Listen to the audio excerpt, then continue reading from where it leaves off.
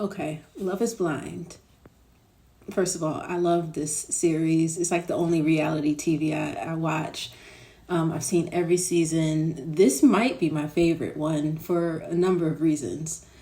But this scene right here is probably the greatest moment they've ever had on the show. He wants to be in a long-term relationship. He wants that. Tell him to meet somebody like you. Huh? I met you, tell him to meet somebody like his mom. Yeah, but you met me, but you wasn't good to me. Okay? So.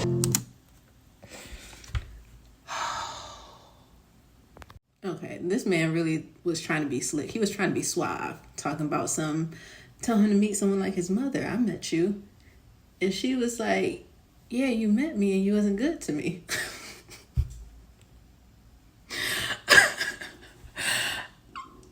I love that. That statement alone had so much power in it. I don't know if Love is Blind is ever up for like Emmy nominations, but they would get it off of the strength of this scene alone.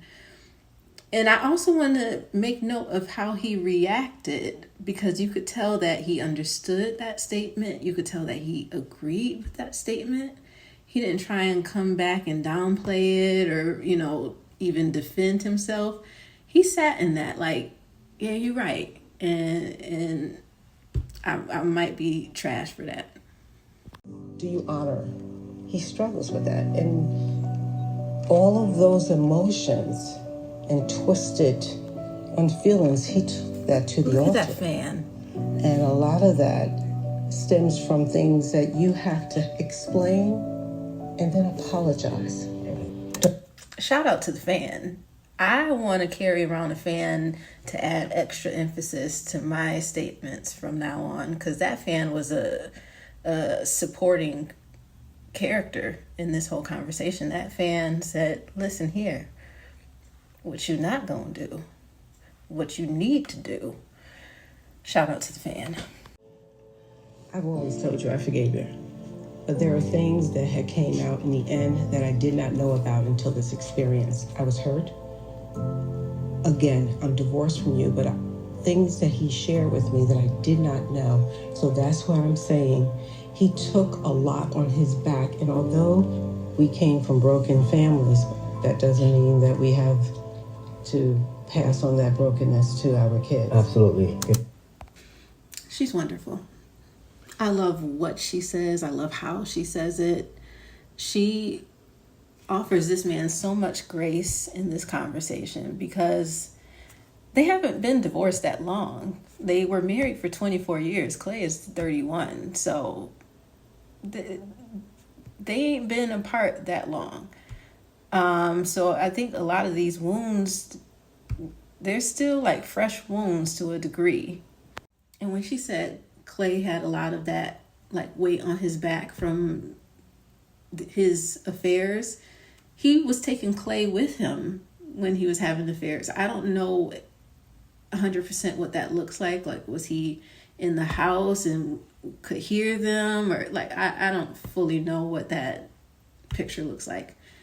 But Clay became hyper aware of his dad's infidelity and then became hyper fixated on it in his own engagement. And I don't know if him always talking about it when he was talking to AD, I don't know if that was 100% just off of the strength of what his father was doing, or if he, in all his previous relationships, cheated on his girlfriends. It could be either or, it could be both. Now, Clay, I have some questions. Because at the end of the day, eternity is forever. And if I'm going to be something forever, I want to be locked in 100%. I looked at myself in the mirror and said, am I a husband? And the answer was no. Am I deeply in love? The answer was no. Those are two things. If you can't say yes to those answers, why are you getting married? When did you ask yourself those questions? Was it just that morning? Because the night before, y'all had your bachelor party and you and the one other dude, like, we the only two standing. I wasn't having no other way. Yeah, I found my person. You was talking You was talking all the talk and then had the audacity to say you're not in love with her. We knew it, but the fact that you said it. A couple of episodes before that, he was like, oh, I was watching past seasons of Love is Blind and they gotta get married at the end of this. I don't understand people who go on the show and say things like that. I know somebody at some point explained to you the premise, even if you had never seen the show. If you went on this show, knew you had to propose in the pods, and they told you throughout the time, okay, you got 4 weeks and then it's your wedding. And then you'd be like, oh, I watched a past season and they get married at the end. Sir, go somewhere. Go somewhere. You wasting our time. You wasted 80s time. Okay, I'm going to move on. I'm going to mention my second favorite moment of this episode. I love you to death, and I want a relationship with you, and I want us to work so bad. Mm-hmm. But I don't want to go to the altar. I can't. Good job, Jimmy. Good job. I was so proud of him in this moment. He did exactly what everybody was hoping he would do. First of all, shout out to him for saying we can't go to the altar, unlike some folks who probably knew they were going to say no, but went to the altar anyways. And that's not even just, at Clay. There's past seasons. People do this. Like, we knew y'all was going to say no, so I'm sure you knew you were going to say no. Why go to the altar? So I'm going to be honest. It took a minute for Jimmy to grow on me because I thought he was a bit insincere. He had a stronger connection with Jess, but he changed once he found out she had a 10-year-old child, which is valid. That's a valid deal breaker for some people, so I don't fault him for it. I just wish he would have articulated that. So he chooses Chelsea, who he had a connection with, but he chose it mainly off the strength of a physical description she gave of herself. And so he thought he was about to get a bombshell wife, even though he has the face that he has. Okay. But he sees her in real life. She ain't what he thought, but I do think he was still trying to maintain the connection that he did feel with her.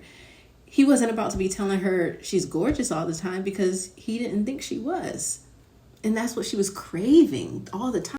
But then Jimmy grew on me because I do feel like he was being really honest more as the weeks progressed. He didn't shy away from kind of these tough conversations like I've seen other contestants do in the past or even in this season. Like he said what he had to say, and even when it was negative, he didn't backtrack. When he saw that her feelings got hurt, he wasn't completely dismissive, like, I don't care about your feelings, but he also was just like, no, I'm standing firm in what I said. I'll help sit with you as you process your emotions, but I'm not taking that back. Like, this is how I feel. So shout out to him for not going to the altar and doing the right thing. All right, I think that's all I'm going to comment on. Again, I think this was my favorite season by far. There were just multiple couples that just offered so much amazing commentary and conversation for me. So I can't wait for the reunion episode. We got some questions and we're looking for some answers, okay? And they better come correct. They better not come with no foolishness this time.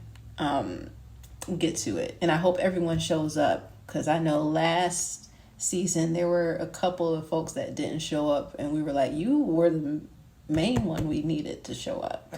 So I hope they don't pull that this time, because we need to know some things. And I'm gonna try and be back next week. All right.